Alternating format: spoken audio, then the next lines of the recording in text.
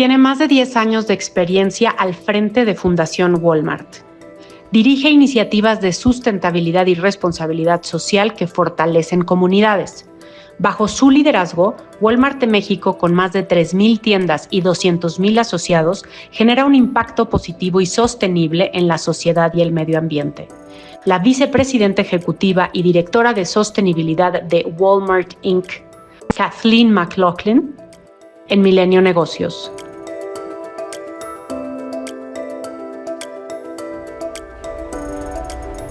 Bienvenidos a Milenio Negocios. El día de hoy me acompaña Kathleen McLaughlin. Ella es la vicepresidenta y directora de Sustentabilidad para Walmart. Kathleen, thank you so much for being here with me. And I want to begin with 2030 is just around the corner. There's like 5 more years for that. And the world has set up certain goals to get to that point. I know that in terms of Walmart, you are targeting to be net zero for 2040. However, even if that's less of a short-term view, it's a little longer, you have more time. I want to know what has been the most complicated challenge? Where are you in that sense to achieve the net zero? Yeah. Oh, thank you for having me here. It's a pleasure to be with you here today.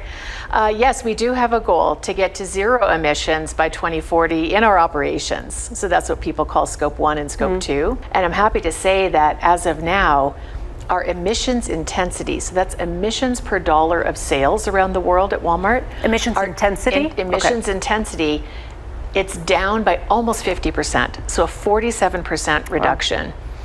Wow. Our absolute emissions reduction is around 18% absolute total footprint versus our starting point, and that's despite having grown our business significantly in that time frame. So you asked about challenges. The biggest challenge, of course, is the broader context that we operate in.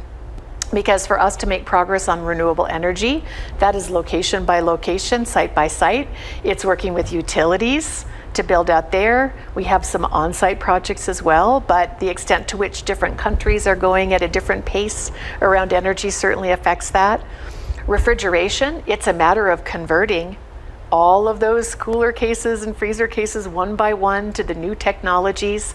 So we tend to line that up with the building of new stores or remodeling our stores, so that takes time to work through.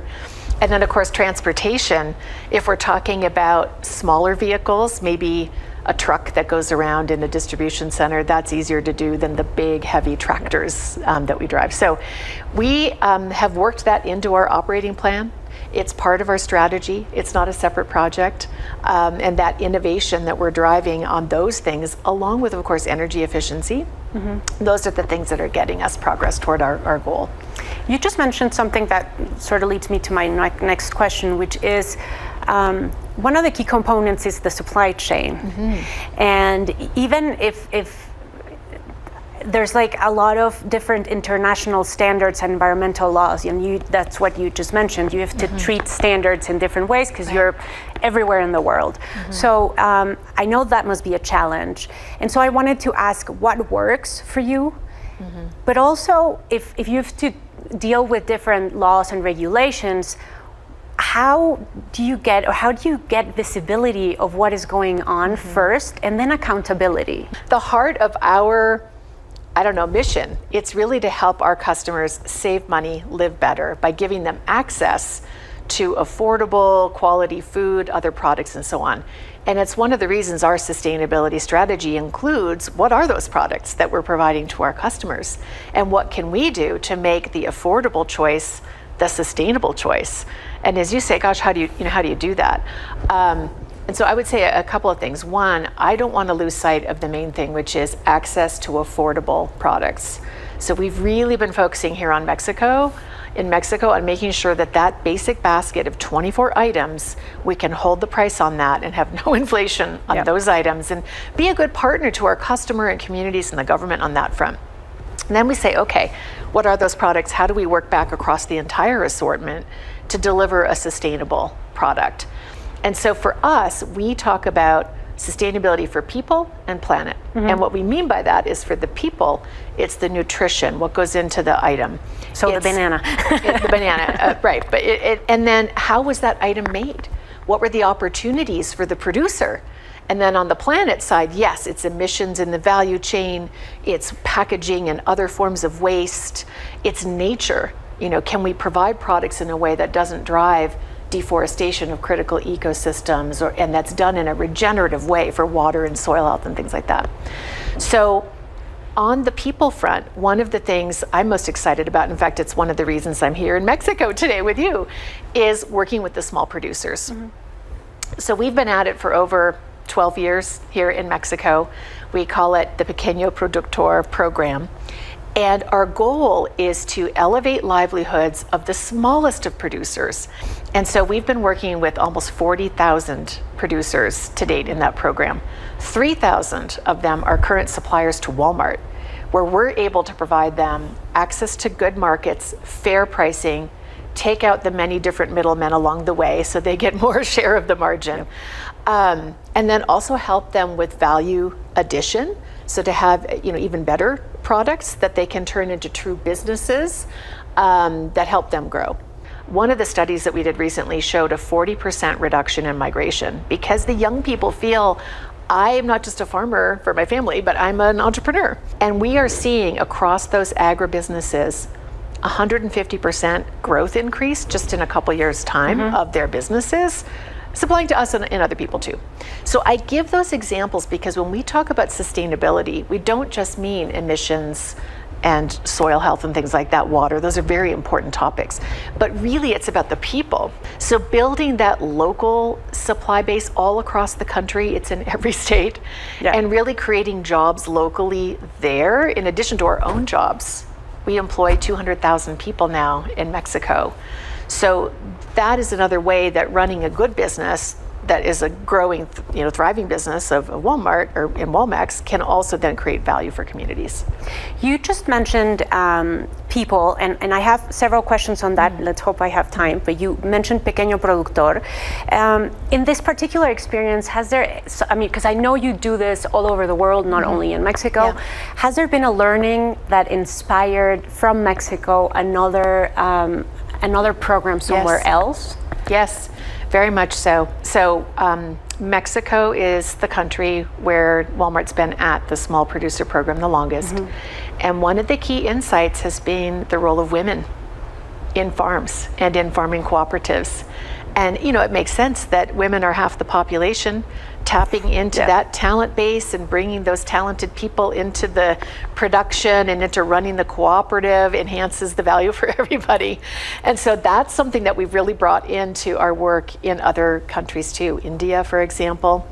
And really it was Mexico where a lot of those insights first started to come out. That's great.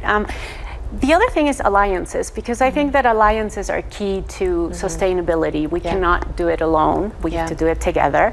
And you've been an ally with the Mexican government in what you just mentioned about the prices and the shared value for the customers at the end, which is 5 million people every day, right? And just in Mexico. What was it that you were able to achieve thanks to this alliance with the Mexican government? There we go. Partnerships are so important, and our business is about serving customers, and we can only do that if we have good relationships with the community, with policymakers and government, with suppliers, with leaders, and so it's essential at every step of the way. And I would say a few things that have been so important in Mexico in the relationship with the government and the broader set of leaders and communities. Number one, this focus on affordability and fighting inflation. It's really helpful to have that kind of frame in any country for us to operate our business in, and it's works so beautifully with what we try to do, which is everyday low price, everyday low cost. And then third, beyond that, in the broader community, so many ways. One of them that we haven't talked about yet is disaster relief.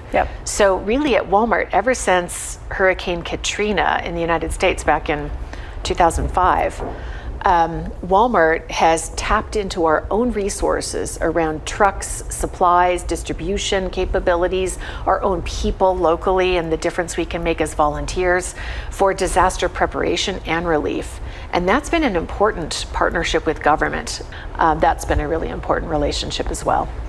I know that and this is more of like an experience question, because you've been working in sustainability for a long time, not only at Walmart, but what are the tough conversations that need to happen in Brazil this year that will allow us to not only achieve the goals for 2030, but ahead? Yeah. So I think what's wonderful about COP is it really is an opportunity for everyone to come together and check in with each other in person around the broader goals that we're all undertaking. Despite all the tremendous efforts around the world to decarbonize, global emissions are still rising. And part of the reason is just, it's the good news of increased development for people and increased access to energy, which is great, but how can we provide that energy in a way that's lower carbon, and what can we do to accelerate progress on clean forms of energy? There's a lot of innovation out there. How do we go faster? That's one. Second is another important factor in emissions, which is land use and nature. So you talked earlier about 2030 goals. One of the goals is 30% conservation of the Earth's surface by 2030. How are we doing on that? I think there's been great progress in recognizing that conservation can go hand in hand with people living in community and coexisting in critical lands. But how are we doing on that? And to what extent can nature and conservation and even things like regenerative agriculture, which helps people but also can sequester carbon, how can those kinds of things be a climate solution? And I think the third thing underlying all of this is financing. So to the extent that markets are not well functioning in all of these areas, how do we accelerate the transition? What other forms of capital can we bring to bear to achieve those goals? Those are fairly tough conversations to have. Thank you so much for being here with us. There are many topics that we ended up not being able to talk about, like waste and others, but I would love to see if for your next trip you can come again. Absolutely, anytime. Thank you so much. It's a pleasure to be here. Muchas gracias a ustedes también por habernos acompañado y nos vemos la siguiente semana en Milenio Negocios.